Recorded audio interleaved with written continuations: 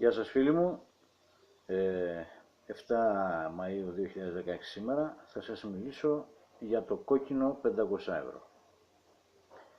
Λοιπόν, μέχρι την Πέμπτη που μας πέρασε αποφασίστηκε από τον Ντράγκη να μην αποσυρθούν εντελώς τα 500€, θα συνεχίσουν να κόβονται μέχρι και το τέλος του 18. Πλέον μέχρι το τέλος του 18 θα σταματήσει η παραγωγή τότε, δεν ξέρω θα είναι Νοέμβρης, θα είναι Δεκέμβρης, και βέβαια μετά το 18 όσοι έχουν 500€ θα μπορούν κανονικά από σήμερα μέχρι και όσο υπάρχουν τα 500€ να τα διακινούν στην αγορά ελεύθερα. Να κάνουν όλες τις αγορές, δηλαδή θα πάνε όπου και να πάνε να κάνουν συναλλαγή θα περνάνε τα 500€. Απλά τι γίνεται, οι τράπεζες σήμερα, οι δικές μας σίγουρα, αν πας να τους δώσεις ένα 500€ για να το χαλάσεις σε πιο ψηλά, θα σου κρατήσουν μια προμήθεια 5€, δηλαδή 1%. Αν πας να τους δώσεις παραπάνω, θα αρχίσουν να ζητάνε και άλλα στοιχεία, γιατί θα σου πούνε πού τα βρήκες τόσα, διαφυγόντα κέρδη.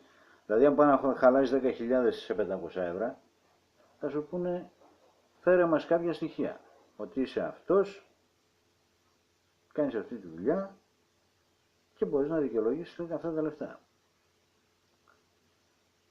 Αλλά αν πας για ένα 500€ ή δύο νομίζω, ένα σίγουρα, σου κρατάνε προμήθεια 5€, δηλαδή 1%. Αυτό βολεύει πάρα πολύ την Ελλάδα, γιατί αρκετοί έχουν 500€ στο τσεπάκι τους. Μια πρόχειρη εκτίμηση που έχει κάνει η Ευρωπαϊκή Κεντρική Τράπεζα είναι ότι στην Ελλάδα κυκλοφορούν 13 δις σε 500€, 13 δις ευρώ σε 500€. Δηλαδή κάπου 26 εκατομμύρια χαρτονομίσματα, 25, ίσως και λιγότερα. Μπορεί να είναι 13 δις, μπορεί να, η εκτίμηση είναι αυτή, έτσι. Όχι δικιά μου, της Κεντρικής Τράπεζας. Και αυτό βοηθάει πάρα πολύ τους Έλληνες, γιατί έχουν ένα 500€ το οποίο μπορούν άνετα να το κυκλοφορήσουν. Ενώ πρώτα, αν έκοβε την σέσουλα που λέμε ο Ντράγκη, θα αναγκαζόμασταν πού τα βρήκες, πού τα έχεις κρυμμένα κλπ. Τέλος πάντων. Και αυτό επειδή ευνοεί πάρα πολύ τη Γερμανία, που η Γερμανία, εγώ από ό,τι καταλαβαίνω με το μυαλό μου, επειδή είναι τεράστια χώρα σε εξαγωγές, δηλαδή οι εξαγωγές της περνάνε το 1.3.200 δις, εξάγει προϊόντα αξίας 1.3.200 δις. Γιατί τη βοηθάει τη Γερμανία αυτό το πράγμα? Γιατί αν εξάγει, ας πούμε, ένας επιχειρηματίας, λέμε, ένα προϊόν, ένα μηχάνημα που βγάζει, το στέλνει σε μια άλλη χώρα, αξίας 70.000 ευρώ, εξαγωγή, αμέσως μπορεί να πληρωθεί με 140 χαρτονομισματάκια των 500 ευρώ. Μπαμ, κατευθείαν. Σε χώρες οι οποίες δεν έχουν ψηφιακές υποδομές να πληρώνουν χρήμα άμεσα έτσι, αυτό είναι πάρα πολύ καλό για τη Γερμανία. Να σας πω ότι θα στο διαβάσω, μα δεν το θυμάμαι. Κυκλοφορούν χαρτονομίσματα σε όλη την Ευρωπαϊκή. Έχει κόψει η Ευρωπαϊκή Κεντρική Τράπεζα, δηλαδή, χαρτονομίσματα 500 ευρώ αξίας 594,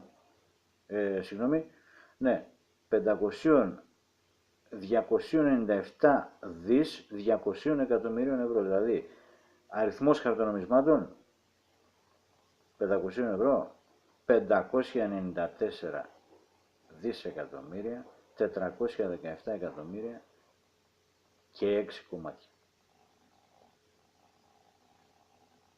Τώρα, να πούμε το χαρτονόμισμα των 50 ευρώ κυκλοφορεί περί τα 418 δισεκατομμύρια ευρώ, έχουν κοπεί από την αρχή, δηλαδή το 39% του συνόλου του χάρτινου χρήματος, το εκατοστά ευρώ κυκλοφορεί και έχει αξία 217 δις, το 200 ευρώ έχει αξία 42 δις, τα 20 ευρώ 66 δις, τα 10 ευρώ 22 μισό δις, ενώ τα 5 ευρώ 8,5 δις. Αυτά να ξέρετε φίλοι μου, ότι το 500 ευρώ θα ισχύει και θα κόβεται από την κεντρική μας τράπεζα, την Ευρωπαϊκή εννοώ, μέχρι τα τέλη του 18. Μετά θα σταματήσει. Δεν θα ξανακοπούν άλλα και όταν θα φθείρει ο χρόνος τα 500 ευρώ θα αποσύρονται σιγά σιγά, δηλαδή σε διάστημα 10 χρόνων, 12-15 δεν θα υπάρχει ούτε μισό στην αγορά. Αυτά φίλοι μου, τα ξαναλέμε. Γεια σας.